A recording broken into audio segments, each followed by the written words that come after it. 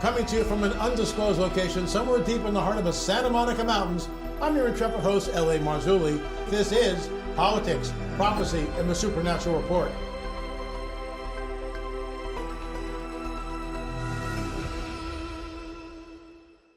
Folks, thanks for watching on Politics, Prophecy, and the Supernatural Report. Again, I don't want to lose my channel here, so we're not going to talk anything politics. If you want to see the whole show, the full Monty, please go to our Rumble account, L.A. Marzulli. We're also available on BitChute. Let me go back here. BitChute, Roku, the app is working. Go to lamarzulli.net, download the free app, never miss another show. But what we will be talking about in depth is our On the Trail of the Nephilim series, and of course, what I believe is the most important story of our lifetime, the burgeoning UFO phenomenon. We'll get into both of those things. This is from episode 7, Lost Civilizations, and of course, I'm talking about a place called Saqsaywaman. First of all, folks, I've been there 3 different times. It is absolutely astounding. And I remember the first time I was there, and our guide, Brian Forrester, took us there. And you got to remember, you know, Brian didn't discover Saqsaywaman. He was also led there by someone else. It's been around for a very, very long time. In fact, when the conquistadors came into Peru and they asked the Inca, who built this? The Inca said, where have we heard this before? We don't know. It was just here when we got here. Now, that's historic fact. Now, modern-day archaeologists believe, and will promulgate this, that the Inca built Saqsaywaman. But I want to show you something. This is the original wall right here in Saqsaywaman. And when Brian led us into a place, many guys bring you up this way, so you get the full view from a vantage point up high, looking down at the massive stone walls. And I sat there and I was with Richard Shaw, I think it was in 2013, and Rick and I just looked at each other. We were astounded. And this became, if you want to see the film, I think it's Watchers 6, and The Secret Cosmic War. And I'm standing literally right there, right at this corner, right here. I'm standing there, and I'm wearing a mic like this one. And Rick is about 50 yards away with the camera. And as he's filming me, all of a sudden you hear this thunderclap, which was, you know, that's not added in post-production. That was real, and you watch me kind of start chuckling as I'm talking about coming to Peru. We're on the trail of a Nephilim, but I digress. That's the Inca stonework. You'll notice that it's material, rocks, that are head-sized boulders that are readily available in and around the site. This stone that you see here was quarried from a quarry about 40 miles away, and also about 3,000 feet lower in altitude. There are no beasts of burden in ancient Peru. How did they move the stones? Look at the size of the stones. Look at the incredible, precise way that they take these stones together. Look right here. Look at the polygonal shapes. Not one stone, no 2 stones are alike. They're all different. Look at this. And then look right here. That little curve in the stone. It's so playful. No one's sweating it. They do this because they can do it, and do it extremely easily. I want to give you an idea, perspective of just how big this is. This is Brian Forrester's wife, Irene, and she's touching the stones. She has a completely different take on this than I do, which is fine. And people can have different opinions. That's okay. I call this Nephilim architecture, fallen angel technology. In my opinion, that's what this is. We're looking at something that's otherworldly. Ancient aliens would say that ancient astronauts were responsible for this. So it's very enigmatic.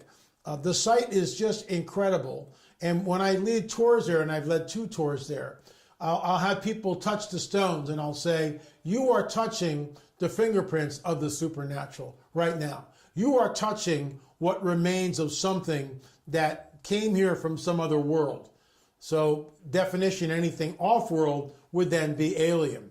Fallen angels, absolutely, they are aliens because they don't originate from planet Earth. So I just find it absolutely incredible when you go to sites like this. So this gentleman wrote me, and by the way, you can avail yourself of all 7 of On the Trail series by going to streaming.lamarzulli.net, streaming.lamarzulli.net, or just go to our website, LA Marzulli, and check it out.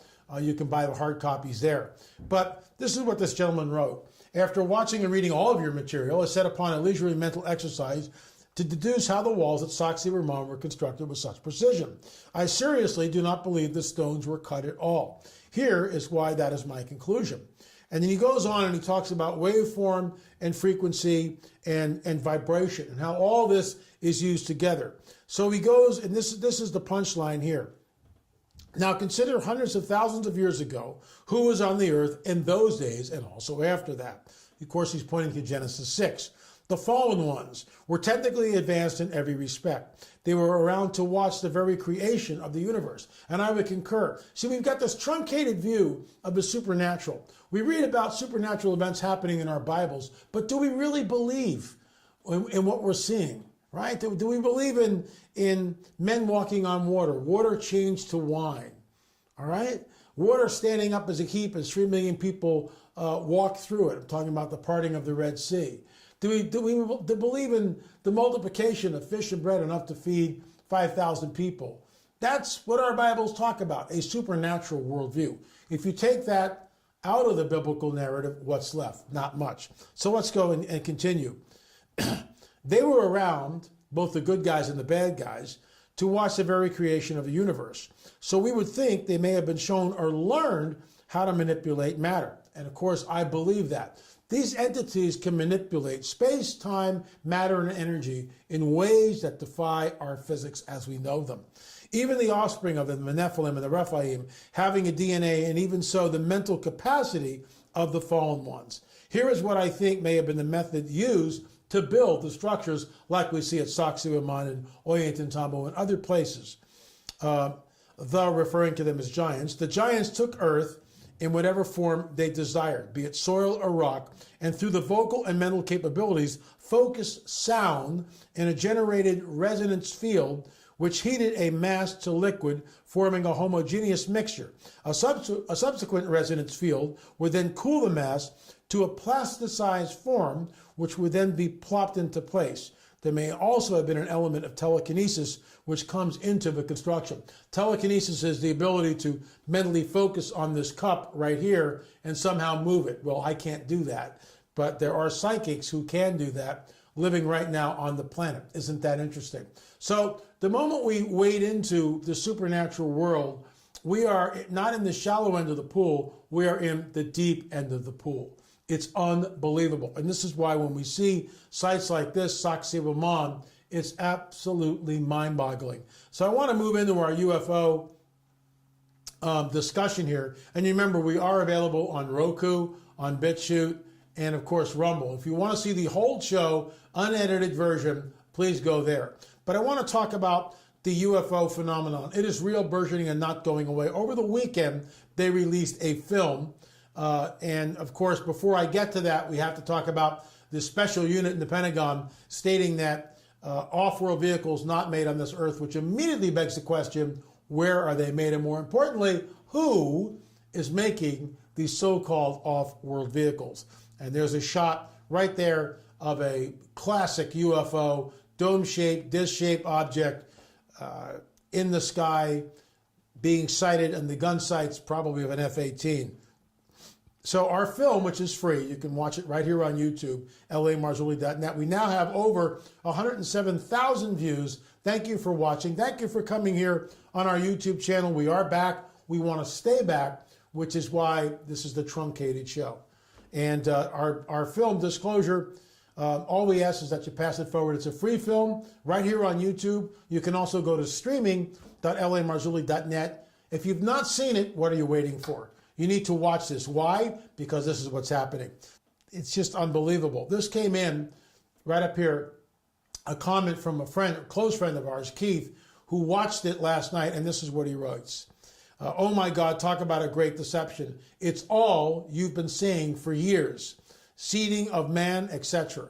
Powerfully deceptive. Folks, there are only two schools of thought. One is that we were seeded here by an advanced race of extraterrestrials, and that is what Ancient Aliens promulgates every single Friday on their show.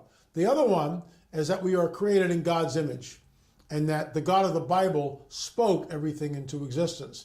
As a born-again, spirit-filled Christian, guess what paradigm I hold on to, and hold on to that tenaciously. So I just pray to God that this show can stay up on YouTube, because just because I'm a Christian, why should you ban me or censor me for saying what the Bible teaches? So there's a disparity between thinking, were we seated here by an advanced race of extraterrestrials, or did the God of the Bible speak us into existence? Are we fearfully and wonderfully made in his image or another image? You be the judge. We'll be talking more about that as time goes on. Thanks so much for watching Politics, Prophecy, and the Supernatural Report. Remember, we'll see you on the air or in the air. There is an ancient site in New Hampshire that may date back 4,000 years. It is called America's Stonehenge.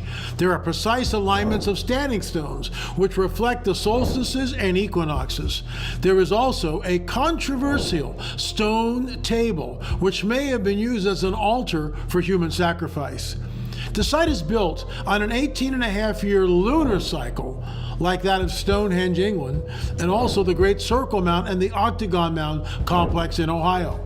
At America's Stonehenge, massive stones were fitted together to create this mysterious site, but whoever built it seemingly abandoned it. You will see just how incredible this site is as we reveal what appears to be a deliberate and orchestrated relationship to Stonehenge, England, as well as other megalithic sites around the globe. Journey with us as we explore America's Stonehenge.